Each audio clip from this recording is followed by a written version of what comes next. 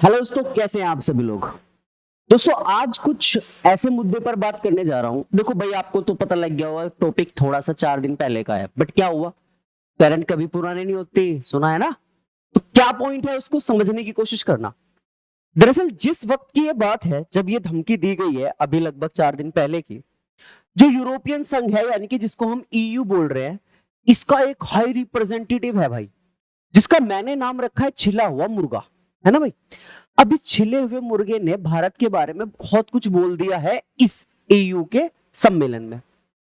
अब इस छिले हुए मुर्गे ने क्या बोला है वो तो भैया हम टाइम की बात करेंगे कि भैया क्या क्या इसने बोला है। फिलहाल हमें क्या करना है कि ये जो बंदा है जिसे हम छिला हुआ मुर्गा नाम दे रहे हैं, ये ईयू का एक हाईएस्ट रिप्रेजेंटेटिव है, ठीक है जी। एक उच्च अधिकारी है एक तरीके से। और इसने जो जो बोला है, नाम इसका मैं आपको बता देता हूं, जोसेफ बोरेल है। और इसने क्या बोला है और कितना खतरनाक बोला है, आइए जानते हैं।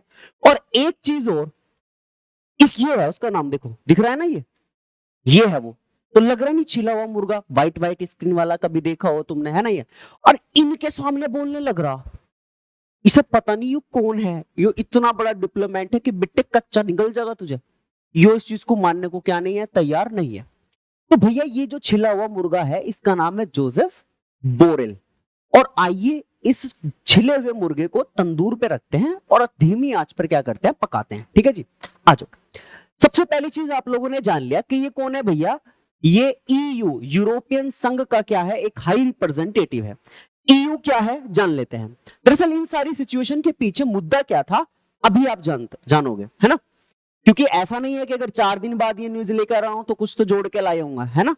तो देखो भैया, यूरोपियन संघ क्या है भैया, सिंपल सी बात है। देखिए 27 सदस्य राज्यों का एक समूह है जो कि यूरोप के अंदर स्थित है, यानी कि यूरोप के 27 राज्य मिलकर क्या किया है, एक संगठन बनाया है और उसका नाम है यूरोपियन संघ। इसकी स्थापना नवंबर 1993 में, भैया कई सारे सम्मेलन हुए जब जाके तो इसकी स्थापना हुई, है या नहीं है।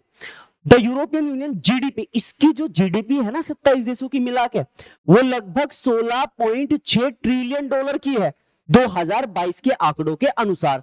और अगर मैं भारत की क्या बताऊं, जीडीपी बताऊं, तो भारत की जो जीडीपी है वो 3.5 ट्रिलियन क्या है, डॉलर है।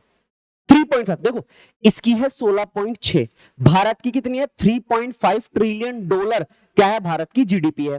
जो कि यहां देखो ध्यान से, 30 से 35 डॉलर या ट्रिलियन डॉलर हो जाएगी कब, 2047 तक। तो यहां पर आपको जीडीपी के बारे में एक छोटा सा कंपैरिजन मिल गया होगा ईयू से और भारत से, है नहीं है। तो ये थोड़ा सा स्ट्रक्चर मैंने आपको किसके बारे में बताया, ईयू के बारे में बताया, यानी कि यूरोपियन संघ के बारे में बताया। अब देखो मुद्दा क्या है। दरअसल क्या है, इस भाई ने आरोप लगाया भारत को, एक तरीके से धमकी देने वाली बात होगी, हालांकि इसकी इतनी औकात है नहीं, लेकिन फिर भी मान लेते धमकी दे दी इसने। तो इसने कहा यह कि भारत रूस से क्या कर रहा है, जो कच्चा तेल है, क्रूड ऑयल है, उसे सस्ते दामों पर खरीद रहा है और खरीदने के बाद उसे यूरोप कंट्रीज को महंगे दामों पर क्या कर रहा है, बेच रहा है। तो ऐसे में हमारे इन डिप्लोमेट्स की ऐसी भैया न्यूज है, ऐसी धमकी दी इन्होंने, इसे ऐसा जवाब दिया, मजा आ गया। मतलब वो होता है ना एक तरीके से कि भैया बस आनंद में हो गया आंसर सुनते ही, वैसा ही कुछ हो गया यहां पर। इन्होंने क्या दिलाया, इसे एक रूल याद दिलाया 833, जो कि 2014 में बिल्ड हुआ था, वो याद दिलाया कि हम कोई भी ऐसा काम नहीं कर रहे हैं जिससे अंतरराष्ट्रीय संधि के अंदर कुछ भी क्या हो रहा, ये किसी भी हम रूल का क्या कर रहे हो, उल्लंघन कर रहे हो। पूरा मुद्दा अब ध्यान से सुनो कि इसने क्यों ये आरोप लगाया है और उसके पीछे क्या कारण है। और अगर भारत के अंदर तेल सस्ता आ रहा है तो फिर क्यों पेट्रोल डीजल के दाम बढ़े हुए हैं, सस्ते क्यों नहीं हुए, इस बात पर भी क्या करेंगे, चर्चा करेंगे। और उसका जवाब आपको इस क्लास में क्या हो जाएगा, मिल जाएगा कि ऐसा क्यों हो रहा है। ठीक है भैया, आ जाओ जरा। देखो पूरी न्यूज है क्या, पूरी बात है क्या। दरअसल हुआ ये भैया, आपको पता है कि 2022 की शुरुआत में, अगर हम बात करें शुरुआत की, तो आपको पता है कि सर रशिया ने यूक्रेन पर क्या कर दिया था, अटैक कर दिया था। और जब अटैक किया तब यूरोप के काफी देशों ने या ईयू ने मिलकर क्या किया, ईयू ने मिलकर रशिया पर कुछ बैन लगा दिए, कुछ प्रतिबंध लगा दिए, जिसमें से एक था तेल, यानी कि कच्चे तेल पर प्रतिबंध। यानी कि जो तेल कहां से खरीद रहे हैं लोग, रशिया से खरीद रहे हैं, स्पेशली यूरोपियन कंट्रीज, उन पर क्या लगा दिया, बैन लगा दिया।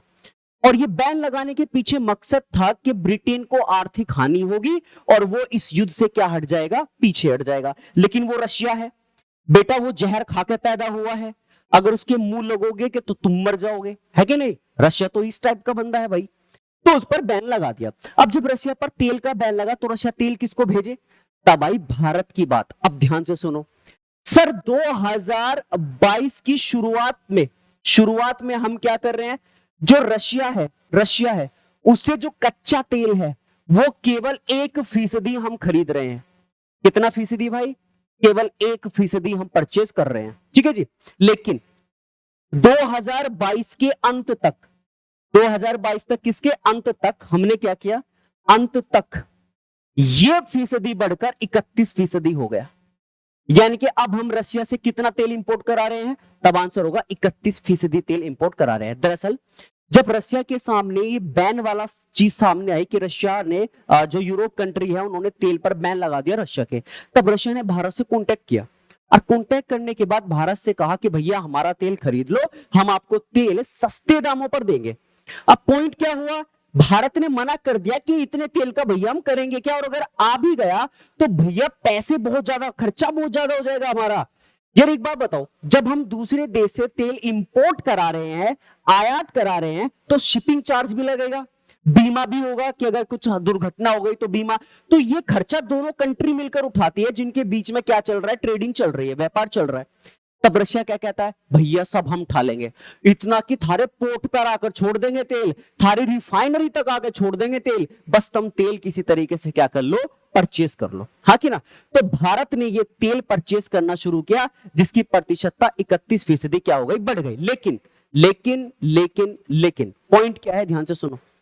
दरअसल ये जो 31% तेल परचेज हो रहा है, इसमें से 45% तो प्राइवेट कंपनी यानी कि निजी कंपनी खरीद रही है भैया, जो निजी कंपनी है वो परचेज कर रही है 45%।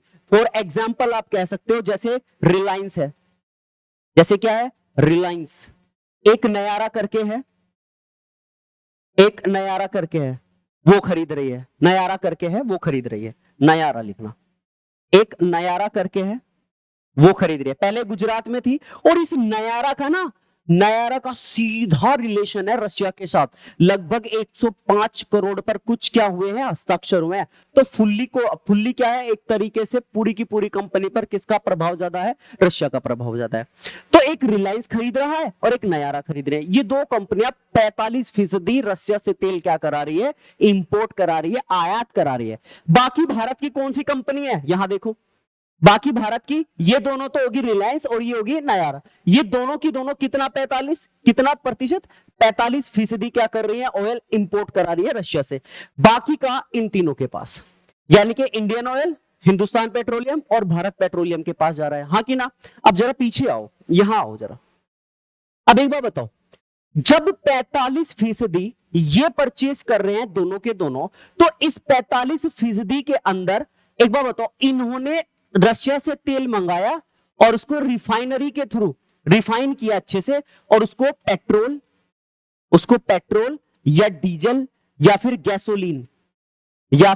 गैसोलीन के उत्पाद बनाए या कन्वर्ट किया, और बाद में ये सारे के सारे चीजें एक्सपोर्ट कर रहे हैं कहां पर, तब आंसर होगा यूरोप के अंदर, यूरोप के अंदर एक्सपोर्ट कर रहे हैं सारे के सारे, ये ज्यादा है और ये वाले कम है। अब जरा एक बात बताओ, जब निजी कंपनियां यूरोप के अंदर ज्यादा एक्सपोर्ट कर रही है तो ऑब्वियस सी बात है, पहले तो कभी इन कंपनियों के पास इतना प्रतिशत आया नहीं, अगर अब आ रहा है तो पैसा बढ़ेगा, ऑब्वियस सी बात है, थोड़ा महंगा बेचना पड़ेगा। तो ये दोनों की दोनों कंपनियां यूरोप के अंदर अच्छे खासे पैसे में क्या बेच रही है, वो तेल बेच रही है। तो फायदा किसे होगा, फायदा सरकार को नहीं हो रहा है, बल्कि फायदा इन निजी कंपनियों को हो रहा है। और जब फायदा इन निजी कंपनियों को होगा तो यही कारण है कि भारत के अंदर तेल के दाम क्या नहीं हो रहे, सस्ते नहीं हो रहे, तेल अभी भी या उससे क्या हो गया है, ज्यादा हो गया, क्योंकि ज्यादा फायदा कौन उठा रहा है, निजी कंपनियां उठा रही है। हमारे इन तीनों को ज्यादातर तो फेमस ही है ना, Indian oil, Hindustan petroleum, Bharat petroleum, इनको कोई फायदा इसका नहीं हो रहा है। अगर फायदा होगा, अगर फायदा हुआ तो शायद आज जो तेल है, जो पेट्रोल है या डीजल है, जो पेट्रोल है या डीजल है, इनके दाम क्या होते, सस्ते होते। लेकिन ऐसा नहीं है, क्योंकि सारा प्रॉफिट कौन लेके जा रही है, प्राइवेट कंपनीज लेके जा रही है, हाँ कि ना। लेकिन फिर भी कुछ प्रतिशत भारत की ये तीनों कंपनियां भी क्या करा देती है, एक्सपोर्ट करा देती है। तो ध्यान से सुनो, हुआ क्या कि ये सारी की सारी मिलकर एक्सपोर्ट कर रही है ना, और भारत की तरफ से भी थोड़ा बहुत क्या हो जाता है, इन तीनों कंपनियों की तरफ से एक्सपोर्ट हो जाता है। तो यूरोप के अंदर, ध्यान से सुनना, यूरोप के अंदर आप कहोगे तेल से बने उत्पाद, तेल से बने, कच्चे तेल से बने उत्पाद, कच्चे तेल से बने उत्पाद एक्सपोर्ट करने वाला, एक्सपोर्ट करने वाला सबसे बड़ा देश बन गया है भारत। सबसे बड़ा देश भारत है। समझ में आया नहीं आया, सबसे बड़ा देश भारत है। क्लियर है नहीं है? ये जो भारत रशिया से तेल इंपोर्ट करा रहा है, लगभग लगभग मैं आपसे कहूं तो 60 लाख बैरल एक्सपोर्ट हो रहा है फिलहाल रशिया से। कितना? 60 लाख बैरल। और एक बैरल में 158 लीटर होते हैं भैया, और एक लीटर की कीमत लगभग लगभग $60 के करीब होगी। $60 के करीब किसकी होगी? एक बैरल की कीमत होगी। तो इसमें से ज्यादा फायदा ये उठा के लेके जा रहे हैं, इनको फायदा हो रहा है। यही कारण है कि भारत के अंदर तेल और डीजल क्या नहीं हो रहे, पेट्रोल डीजल सस्ते नहीं हो रहे। समझ में आ रही है नहीं बात? आ रही है। तो यहां पर भारत जो है वो तेल को एक्सपोर्ट करने वाला, स्पेशली यूरोप में सबसे बड़ा देश क्या होता है, बनता जा रहा है। और यही बात किसको पसंद नहीं आई? यूरोप के यूरोपियन संघ को। यानी कि किसको पसंद नहीं आई? यही बात इस छिले हुए मुर्गे को समझ में नहीं आई। और इसने भारत पर क्या लगाया आरोप कि भारत रशिया से सस्ता तेल खरीद रहा है और महंगे दामों में यूरोप कंट्रीज को बेच रहा है, वो भी किनके सामने? इनके सामने, जो बेटा तुझे घोट के पी जाएंगे और डकार भी ना लेंगे, है या नहीं? इनके सामने बोल रहा है। ये रहा देखो, ये बैठक में ये बैठे हुए यहां, इनके सामने बोल रहा है। अब सोचो क्या होगा। तो एक बहुत ही बेहतरीन जवाब जो मैंने आपको शुरू में बताया, इन्होंने आर्टिकल गिनवा दिया, नियम गिनवा दिया कि बेटा इस नियम के तहत हम किसी चीज का उल्लंघन नहीं कर रहे। इसीलिए तो पहली कॉन्फ्रेंस में शामिल हुआ, दूसरी में भाग लिया, अपनी जगह किसी दूसरे को भेज दिया। आगे ना, फिर क्यों भगा अगर इसे प्रॉब्लम नहीं थी? दूसरी कॉन्फ्रेंस में ना आया पहले के बाद। समझे नहीं समझे? ये था पूरा मुद्दा इस सिचुएशन का। तो क्या आपको ये समझ में आया या नहीं आया? इस बात पर एक बार जरा कमेंट करके बताना। और ये जो तंदूर में हमने रखा था ना शुरू में, अब इसे उतार दो और बांट दो, है कि नहीं? मिलेंगे फिर अगले कॉन्सेप्ट के साथ। एक बार कमेंट करके बताओ कैसा लगा। Take care, tata, bye bye, जय माता दी।